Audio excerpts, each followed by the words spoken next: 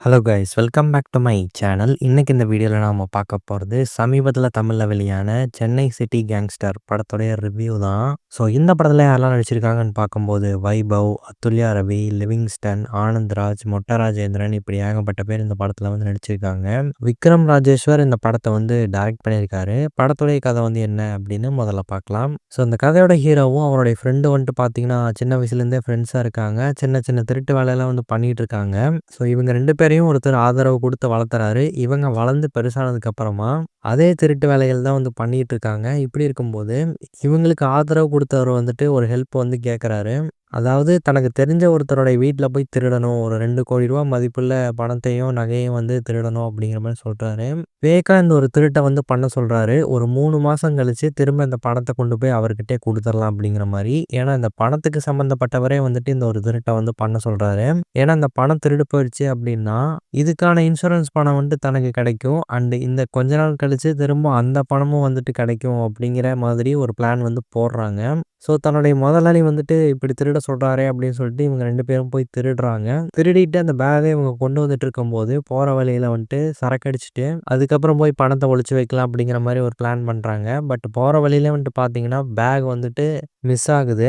So இந்த miss ஆன பேக்க இவங்க கண்டுபிடிக்கிறதுக்கான முயற்சியில வந்துட்டு ஒரு பக்கம் இருக்க, இன்னொரு பக்கம் வந்துட்டு பார்த்தீங்கன்னா, இவங்கள போலவே ஒரு 4 திருடங்க வந்துட்டு பேங்க்ல கொள்ளையடிக்கணும் அப்படிங்கிற மாதிரியான சில முயற்சிகள் வந்து பண்ணிட்டு இருக்காங்க.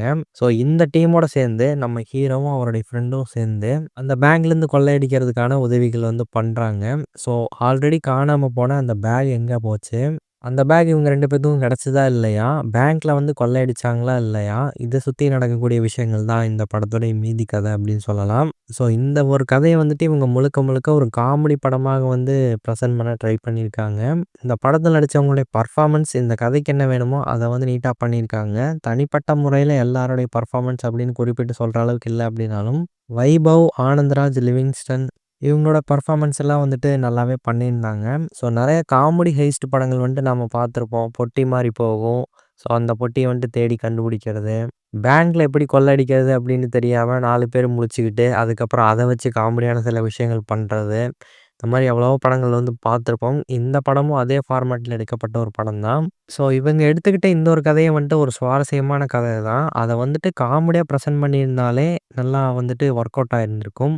பட் காமெடி வந்துட்டு ஓரளவுக்கு தான் ஒர்க் அவுட் ஆயிருக்கு. ஒரு சில இடங்கள்ல மட்டுமே தான் சிரிக்க வைக்கிது அப்படின்னு சொல்லலாம். பேங்க்ல கொள்ளையடிக்கிறதுக்காக ஒரு சுரங்க பாதைய வந்து தோண்டுவாங்க. அந்த சில இடங்கள்ல காமெடி கொஞ்சம் நல்லா இருந்துச்சு. அதேபோல ஆனந்த்ராஜ் சார் வந்ததுக்கப்புறமா ஒரு சில இடங்கள்ல வந்துட்டு காமெடி நல்லா இருந்துச்சு.